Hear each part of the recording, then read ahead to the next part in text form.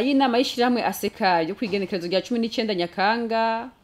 Nyeniteka Emmanuel Sinzohagera yarahaye umubonano umukuru w'inama nkenguzamateka w'igihugu cy'u Rwanda Nyeniteka Auguste Iyamuremye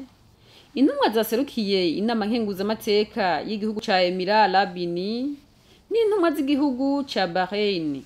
Muri uwo mubonano bakaba baganiriye ivyerekeye gutsimbataza imigenderanire hagati y'ibihugu by'ubutunzi n'ibindi nkuko tubishikirizwa n'umuvugizi w'umukuru w'inama nkenguzamateka Gabi Bugaga. Karyo kugira ngo bashobore kuvugana cyane ko benshi bari bwa mbere baje mu gihugu cy'u Burundi bagakendera kumenya neza ingene igihugu kiro kiratunganywa. Muri ivyo haba harimo ivyerekeye gukomeza imigenderanire aho cyane byohagarara ko aho bikaba bica mu gufashanya mu kungurana ubumenyi mu kungurana ubwenge eka ndetse no mu kuzana imitahe mu gushikiriza nk'akarorero ibisata bimwe bikenewe abashobora kuzana mu imitahe nk'ibisata byo kwaba mu kiharugendo ibisata by'amahinguriro ibisata byerekeye indero ubuhinga n'ibindi. Aho rero Nyeniteka akaba yaronsa akaryo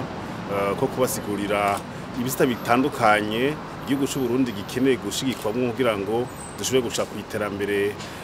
rirama rishikira umwene gihugu,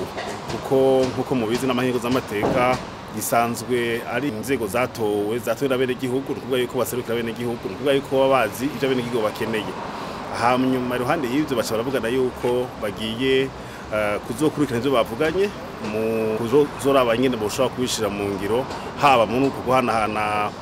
ubumenyi. Murazi igihugu ca Emirats Arabes Unis hari amasezerano yo guhana abakozi, murazi ko hariho n'ibindi bihugu bimwe nka Bahrain naho nyene ho hariyo ayo masezerano, ndetse kugira ngo ivyo bintu bikorwe mu kuneza y'ibihugu byombi, ku nyungu y'ibihugu byombi, nukuvuga yuko ari bisata bizotuma igihugu kimwe cyose kironka inyungu muri ayo masezerano agiye gushirwa mu ngiro.